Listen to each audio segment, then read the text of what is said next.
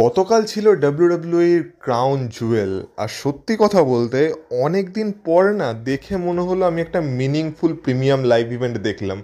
আর actually ইভেন্টটা ভালো ছিল। হ্যাঁ, এবার তোমাদের কাছে যদি একটা ভালো প্রিমিয়াম লাইভ ইভেন্ট বলতে শুধুমাত্র কিছু রিটার্ন বা কিছু সারপ্রাইজ হয়ে থাকে, তাহলে হয়তো তোমাদের কালকের ক্রাউন জুয়েল ভালো নাই লাগতে পারে।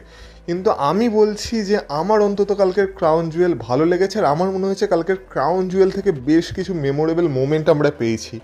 কোন মোমেন্টগুলোর কথা আমি বলছি, কোন জিনিসগুলো আমার ভালো লেগেছে, সেগুলো নিয়ে কথা বলবো এই ভিডিওতে। তো ভিডিওটা পুরোটা থেকে স্কিপ করো না, কারণ তোমরা দেখছো Rachel entertainer. So let's start the entertainment.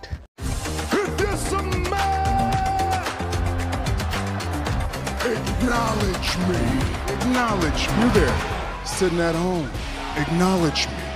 সবার প্রথম ম্যাচই ছিল রোমান রিংস ভার্সেস ব্রনসন রিডের মধ্যে অস্ট্রেলিয়ান স্ট্রিট ফাইট।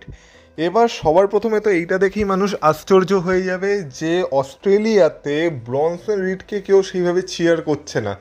আর যখন রোমান রিংস এসেছে, রোমান রিংস যেই শহরে যেই দেশে যায় সেই জায়গাটাকেই নিজের বানিয়ে নেয়। তো রোমান রিংসের জন্য তো আলাদাই চিয়ার ছিল, রোমান রিংসের এন্ট্রেন্সে আলাদাই অরা ছিল, সেগুলো তো একটা বিষয়। কিন্তু এই ম্যাচটা যখন শুরু হয়, যেমন বলেছিলাম যে এই ম্যাচে আমরা ক্রিকেট ব্যাটের ইউজ দেখতে পেতে পারি, ঠিক সেটাই হয়েছে। ম্যাচের প্রথম দিকে তো রোমান রিংস পুরো ডমিনেট করে রেখেছিল, মানে ব্রনসন রিড কোনো রকম চান্সই পাচ্ছিল না। দেখে মনে হচ্ছিল মানে রোমান রিংস তো মজা করে ব্রনসন রিডকে মারছে। তারা রিংয়ের মধ্যে ফাইট করে, রিংয়ের বাইরে ফাইট করে, অডিয়েন্সের মধ্যে যায়। আর অডিয়েন্সের মধ্যে থেকে আসার সময় যেমন বললাম, ক্রিকেট ব্যাটের ইউজ আমরা দেখতে পাই, যেখানে আমরা দেখতে পাই ক্রিকেট ব্যাট দিয়ে রোমান রিংস ব্রনসন রিডকে অ্যাটাক করে। শুধু তাই না, 6 মারার মতো করে একটা মানে পোস্ট করেও ব্রনসন রিডকে ক্রিকেট ব্যাট দিয়ে রোমান রিংস মেরেছিল, যেটা অ্যাকচুয়ালি একটা মেমোরেবল মোমেন্ট হয়ে থাকবে। আর যেহেতু অস্ট্রেলিয়া থেকে হচ্ছিল, এটা তো মানে হওয়ার কথা ছিলই। তো যাই হোক না কেন, তারপর ম্যাচটা কন্টিনিউ হয়। যতবারই ব্রনসন রিড এই ম্যাচে কামব্যাক করার চেষ্টা করেছে, রোমান রিংস প্রত্যেকবারই তাকে কাউন্টার করে মানে নিজেরই যাকে বলে ডমিনেন্স মানে প্রুভ করেছে। কিন্তু যেমন আমি তোমাদের বলেছিলাম যে এই ম্যাচটা তো ইন্টারফিয়ারেন্স ছাড়া শেষ হবেই না। তো এই ম্যাচে যেমন আমরা প্রত্যাশিত ছিল, মানে আমাদের সবার প্রত্যাশিত ছিল, তো তেমন ব্রন ব্রিকারের ইন্টারফিয়ারেন্স হয়। যখন রোমান রিংস ব্রনসন রিডকে একটা স্পিয়ার মারতে যাচ্ছিল রিং সাইড দিয়ে, তখন সেখানে ব্রনসন রিডকে বাঁচানোর জন্য ব্রন ব্রিকার চলে আসে, আর ব্রন ব্রিকার রোমান রিংসকে একটা স্পিয়ার মেরে দেয়। আর সেখান থেকেই রোমান রিংসের মোমেন্টাম একটু হারাতে শুরু করে। তারপর আমরা দেখতে পাই বেশ কিছুক্ষণ ধরে ব্রনসন রিড আর ব্রন ব্রিকার মিলে রোমান রিংসকে মারধর করে। কিন্তু তখন আমরা দেখতে পাই রোমান রিংসকে বাঁচানোর জন্য জে উসো আর জিমি উসো চলে আসে। এবার আমি তোমাদের আরেকটা কথাও বলেছিলাম যে এখানে যদি উসোসরা আসেও, তাহলেও হয়তো আমরা দেখতে পেতে পারি যে তারা রোমান রিংসের কাছে আলটিমেটলি বকাই খাবে। তো ঠিক সেটাই হয়েছে, কারণ প্রথম দিকে আমরা দেখতে পাই যে উসোসরা এসে ব্রনসন রিড আর ব্রন ব্রিকারকে মেরে ধরে সাইডে করে দেয়, বিশেষ করে ব্রন ব্রিকারের খেলা শেষ করে দেয়। কিন্তু তারপর যখন আবার ব্রন ব্রিকার আর ব্রনসন রিড কামব্যাক করে, তখন আমরা দেখতে পাই যে জে উসো আর জিমি উসোর কাছে বেশি কোনো উত্তর তাদের জন্য ছিল না। জে উসো তো রিংয়েই থাকে, কিন্তু জিমি উসো রিং সাইডে যায়, ব্যারিকেডের মধ্যে যায়। আর তারপর আমরা দেখতে পাই ব্রন ব্রিকার তার সেই যে ব্যারিকেডের থ্রু যে স্পিয়ারটা দেয়, বিশাল দূর থেকে দৌড়ে এসে রিংয়ের চারিদিকে ঘুরে, তো সেই স্পিয়ারটা জিমি উসোকে মারে। আর জিমি উসোর খেলা এখানেই বলা যেতে পারে শেষ হয়ে যায়। তারপর আর কি ব্রনসন রিড একটা সুনামির জন্য যাচ্ছিল জে উসোকে, কিন্তু সেই সময় আবার রোমান রিংসের কামব্যাক হয়, আর রোমান রিংস তারপর ব্রনসন রিডকে একটা সুপারম্যান পাঞ্চ মারে।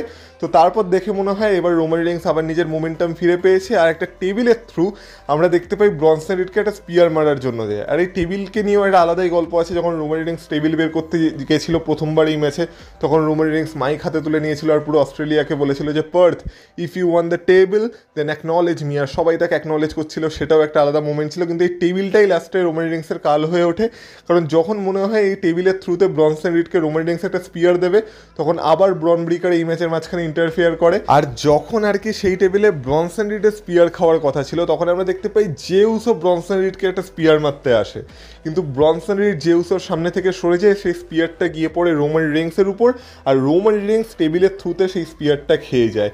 আর সেই স্পিয়ারটা খেয়ে যাওয়ার পর আমরা দেখতে পাই ব্রন ব্রিকার সবার প্রথমে জে উসোকে একটা স্পিয়ার মারে, তারপর ব্রন ব্রিকার রোমান রিংসকে একটা স্পিয়ার মারে। আর তারপর যখন ব্রনসন রিড একটা সুনামি মেরে দেয় রোমান রিংসকে, তখন রোমান রিংসের কাছে আর কিছু করার থাকে না, আর রোমান রিংস এই ম্যাচটা হেরে যায়। তো রোমান রিংসকে 1-on-1 হারানো একটা বিশাল বড় ব্যাপার। আর সত্যি কথা বলতে এখন ডাব্লিউডাব্লিউতে যে কোনো মিড কার্ড চ্যাম্পিয়নশিপ জেতার থেকে, মানে ইন্টারকন্টিনেন্টাল চ্যাম্পিয়নশিপ বা ইউনাইটেড স্টেটস চ্যাম্পিয়নশিপ জেতার থেকে রোমান রিংসকে হারানো বিশাল বড় অ্যাচিভমেন্ট। আর ব্রনসন রিড সেটা করে দেখিয়েছে। যদিও তাতে সে ব্রন ব্রেকারের সাহায্য নিয়েছে, কিন্তু তাতে কি রোমান রিংসকে 1-on-1 হারানো সবার পক্ষে তো এই মুহূর্তে সম্ভব না। ট্যাগ টিম ম্যাচে হারানো যেতে পারে, কিন্তু 1-on-1 হারানো একটা বিশাল বড় ব্যাপার। আর বলা যেতে পারে এটা ব্রনসন রিডের কেরিয়ারে এখনও পর্যন্ত সবথেকে বড় ভিক্টরি। তো ব্রনসন রিড সেলিব্রেট করতে থাকে, মানে ভিশন যে টিমটা তারা নিজেদেরকে আরও প্রুভ করে দেয় যে তারা এই ডাব্লিউডাব্লিউতে থাকার জন্যই এসেছে।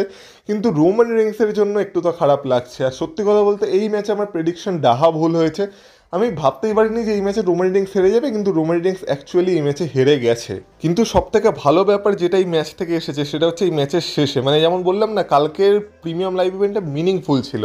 মানে যদি আমরা দেখতাম যে রোমান রিংস হেরে যাওয়ার পর সব কিছু শেষ হয়ে গেছে তাহলে হয়তো বলতাম যে এটার কোনো পয়েন্ট ছিল না। কিন্তু অ্যাকচুয়ালি রোমান রিংসের এই হারটাও স্টোরি লাইনে সেন্স বানাচ্ছে। কারণ তারপর আমরা দেখতে পাই যে ব্রন ব্রেকার, ব্রনসন রিড, পল এভেন তারা সেলিব্রেট করতে করতে সেখান থেকে চলে যায়। সেলিব্রেট করবে নাই বা কেন, রোমান রিংসকে হারিয়েছে ব্রনসন রিড। তো রোমান রিংস তখন পুরো হতাশ হয়ে রিংয়ের মধ্যে বসে থাকে, আর জে উসো আর জিমি উসো তার সামনে বসে থাকে। আর যেমন আমি বলেছিলাম যে তারা বকা খেতে চলেছে, তারা সেটাই খায়। আর রোমান রিংস তো কালকে ক্লিয়ারলি বলে যে তোদের জন্য পুরো পৃথিবী ভাবে যে আমি নিজের দমে কোনো কাজ করতে পারি না বা নিজের দমে কোনো ম্যাচ জিততে পারি না। আমি তোদেরকে এখান থেকে দূরে থাকতে বলেছিলাম, এই ম্যাচে ইন্টারফেয়ার করতে বারণ করেছিলাম। তখন জে উসো আর জিমি উসো বারবার রোমান রিংসকে বোঝানোর চেষ্টা করে যে আমরা তো জাস্ট তোমাকে সাহায্য করতে চাইছিলাম। তো রোমান রিংস বলে আই গেট ইট, আর আমি তোদের দুজনকেই ভালোবাসি, কিন্তু আমি এই বছরে ক্রিসমাস অবধি আর তোদের মুখ দেখতে চাই না, তোরা আমার রাস্তা থেকে দূরে থাকবি। এই বলে রোমান রিংস বেরিয়ে যায়। তারপর আমরা দেখতে পাই জে উসো একটু রেগে যায়, মানে জে উসো বলে রোমান রিংসই থাকবে, সে সবসময় নিজের কথা ভাবে, আমাদের কথা ভাবে না। এই বলে আবার আমরা দেখতে পাই রোমান রিংস, জে উসো আর জিমি উসোর মধ্যে একটা মানে বিরোধিতা তৈরি হচ্ছে। মানে আবার আমরা বলতে পারি সেই আমরা যে ব্লাড লাইনের সিনেমার কথা বলতাম, সেই bloodline cinema is back. আর আবার এই স্টোরি লাইনে কিছু না কিছু একটা হতে চলেছে। আর একদিকে আমি বলবো যে এই যে জে উসো আর জিমি উসো এই মুহূর্তে রোমান রিংসের থেকে দূরে আছে বা রোমান রিংস তাদেরকে নিজের থেকে দূরে করে দিয়েছে, এটা একদিকে ঠিকই আছে। কারণ নেক্সট জার্নি হতে চলেছে সার্ভাইভার সিরিজ ওয়ার গেমস। আর সেই পথে জে উসো আর জিমি উসো যত রোমান রিংসের থেকে দূরে থাকবে ততই আমরা আমাদের সেই ড্রিম ম্যাচটা দেখতে পাবো, যেই ম্যাচটার কথা আমি এর আগের একটা ভিডিওতে বলেছিলাম। তো তোমাদের মধ্যে অনেকে বলছিলে যে রোমান রিংসের টিমে তো জে উসো আর জিমি উসো থাকবে, কিন্তু রোমান রিংস পুরো ক্লিয়ার করে দিয়েছে যে এই বছরের ক্রিসমাস অবধি অন্তত জে উসো আর জিমি উসোর মুখ রোমান রিংস দেখতে চায় না। তো জে উসো আর Jimmy Uso Survivor Series War গেমসও রোমান রিংসের টিমে থাকবে, এর চান্সও অনেকটা কমে গেছে। তো এবার দেখা যাক সার্ভাইভার সিরিজ ওয়ার গেমসের জন্য ডাব্লিউডাব্লিউ কীভাবে বিল্ড করে। কিন্তু হ্যাঁ, স্টোরি লাইন ডাব্লিউডাব্লিউ বানিয়ে দিয়েছে, মানে রোমান রিংস কালকের ম্যাচটা হেরে গেলেও স্টোরি লাইনের দিক থেকে ডাব্লিউডাব্লিউ পুরো ছক্কা মেরেই দিয়েছে। তো দেখা যাক এরপর কী হয়। কিন্তু এই ম্যাচটাকে যদি স্টার রেটিংস দিতে হয়, এই ম্যাচটাকে আমি দেবো 3.75 stars out of 5 stars. Next match আমরা দেখতে পাই ওমেন্স ক্রাউন জুয়েল চ্যাম্পিয়নশিপের জন্য, যেখানে স্টেফিনি ভ্যাকার ফেস করছিল টিফনি স্ট্র্যাটনকে। এবার এই ম্যাচের কথা আমি কী বা বলবো, এই ম্যাচটা যেমন বলেছিলাম যে দুই চ্যাম্পিয়নের মধ্যে ম্যাচ হচ্ছে, ম্যাচটা সম্ভবত ভালো হতে পারে। আর কালকে অ্যাকচুয়ালি এদের মধ্যে একটা ভালো ম্যাচ হয়েছে, আর আমি বলবো এটা ডিসেন্ট ম্যাচ ছিল, মানে দেখে তোমাদের কোনো অংশে বোর লাগবে না। কিন্তু যাই হোক না কেন, কথা ছিল এটাই যে কোন চ্যাম্পিয়নকে ডাব্লিউডাব্লিউ স্ট্রং দেখাবে। আর এখানে আমরা দেখতে পাই কিছু ক্লোজ মানে পিনফল হয়, যেখানে দুজনেই মনে হয় যে এই মুহূর্তে হয়তো হেরে যাবে, কিন্তু তারা কেউ হারতে চায় না। আর হারবেই বা কী করে, দুজনেই তো চ্যাম্পিয়ন। কিন্তু লাস্টে এই ম্যাচের এন্ডিং কিছুটা এইভাবে হয়, যখন টিফিনি স্ট্র্যাটন আর কি প্রিটিয়াস মুনসল্ট মারতে যায়, তখন স্টেফিনি ভ্যাকার সেখান থেকে সরে যায়। আর স্টেফিনি ভ্যাকার তারপর নিজের আর কি ফিনিশিং মুভ টিফিনি স্ট্র্যাটনের উপর মেরে দেয়। সে উপর থেকে একটা মুনসল টাইপের মানে 450 স্প্ল্যাশ বা 360 স্প্ল্যাশ কিছু একটা বলে, সেটা আমার এই মুহূর্তে মনে পড়ছে না।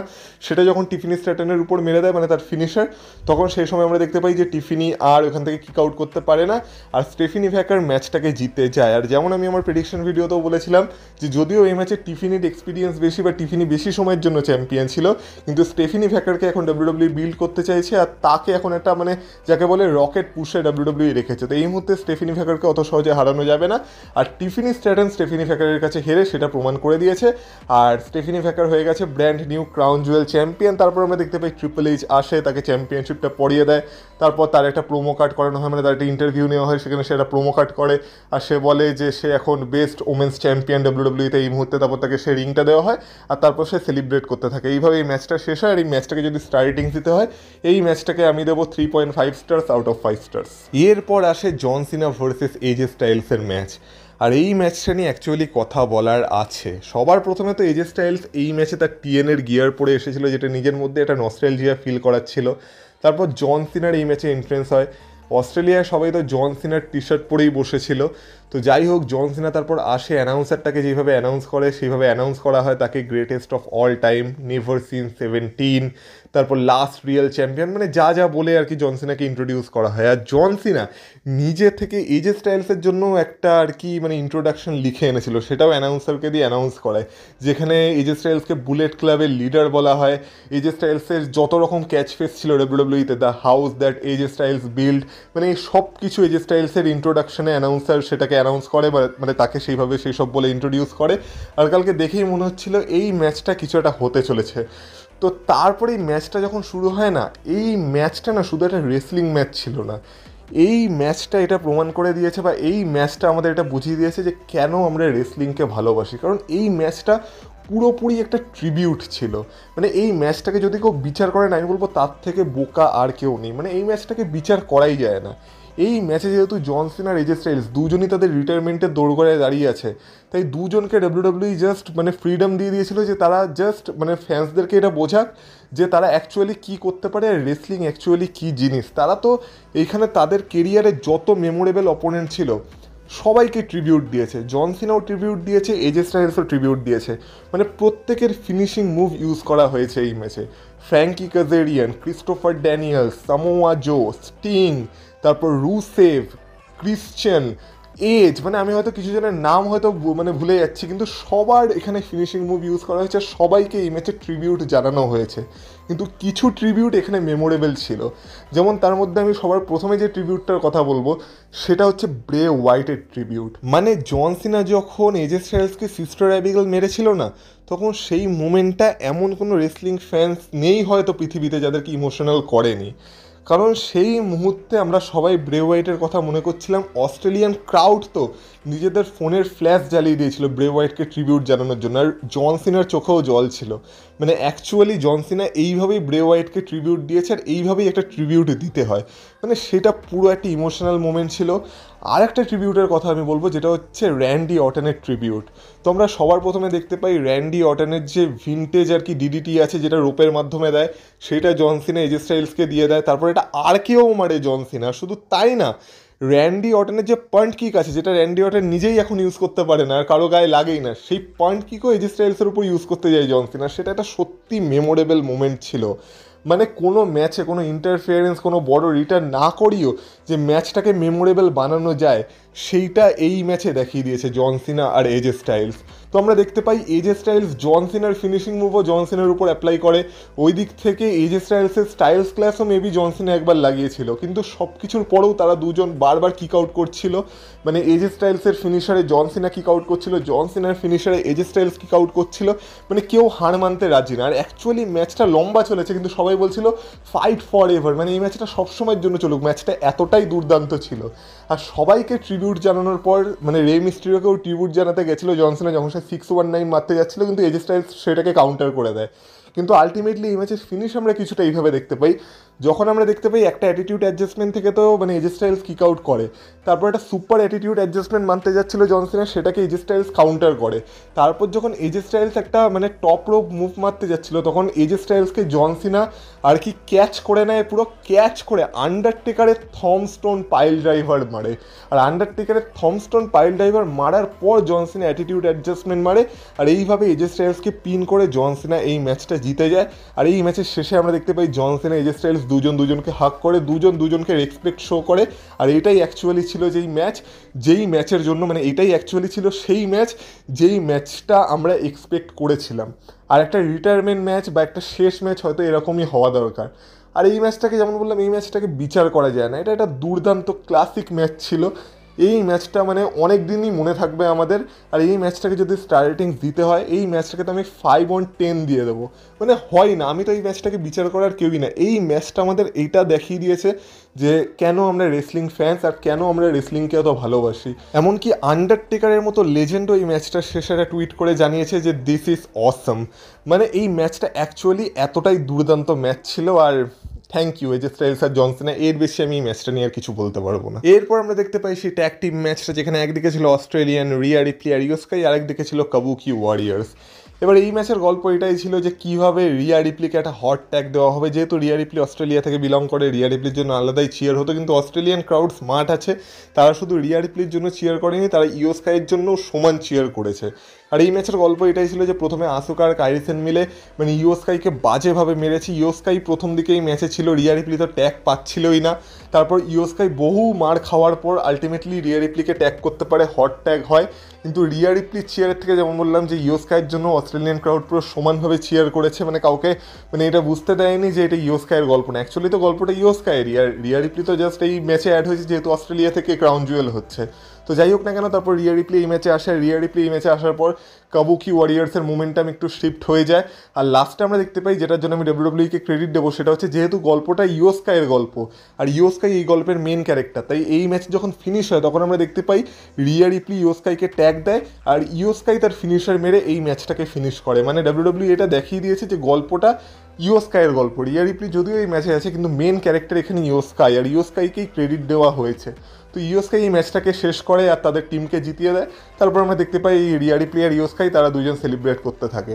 তো ভালো ম্যাচ ছিল। এই ম্যাচটাকে যদি স্টার্টিং দিতে হয়, এই ম্যাচটাকে আমি দেবো 3.25 স্টার্স আউট অফ 5 স্টার্স। আর ফাইনালি যদি কথা বলা হয় ক্রাউন জুয়েলের মেন ইভেন্টের, মানে সেথ রলিন্স আর কোডি রোডসের ম্যাচ, তো এটা তো ছিল ক্রাউন জুয়েল চ্যাম্পিয়নশিপের জন্য। আর সেথ রলিন্সের যে গিয়ারটা ছিল এই ম্যাচে, সেটা ছিল এর আগে যে 3বার কোডি রোডসের সাথে তার ম্যাচ হয়েছে, সেই ম্যাচে সে যেই গিয়ারগুলো পড়েছিল তার একদম মিশ্রণ ছিল এই গিয়ারটা। যাই হোক না কেন, ম্যাচটা তো শুরু হয় আর এই ম্যাচে সেথ রলিন্সের চোখে একটা আলাদাই আগুন দেখা যাচ্ছিল, মানে তার মুখ দেখে বোঝা যাচ্ছিল যে এই ম্যাচটা তাকে জিততেই হবে। কিন্তু যেমন আমরা জানি কোডি রোডসকে হারানো তো এতটা সহজ না, আর এত সহজে কোডি রোডস হারতও না। তো সেথ রলিন্স এই ম্যাচে সব কিছু ট্রাই করেছিল, আর এই ম্যাচের আগেই পল হেমান ব্রনসন রিড আর ব্রন ব্রেকারকে বলে দিয়েছিল যে এই ম্যাচটা বা এই লড়াইটা সেথ রলিন্সের লড়াই, এর মাঝখানে যেন তারা না ঢোকে। সেথ রলিন্সের যদি তাদেরকে দরকার পড়েও যায় তবু যেন তারা এই ম্যাচে ইন্টারফেয়ার না করে, কারণ এই ম্যাচটা যখন সেথ রলিন্স জিতে যাবে আর সেথ রলিন্স যখন নিজেকে বেস্ট প্রমাণ করে নেবে তখন তারা সেথ রলিন্সের সাথে পার্টি করবে, কিন্তু এই ম্যাচে তারা কোনো রকম কোনো ইন্টারফিয়ারেন্স করবে না।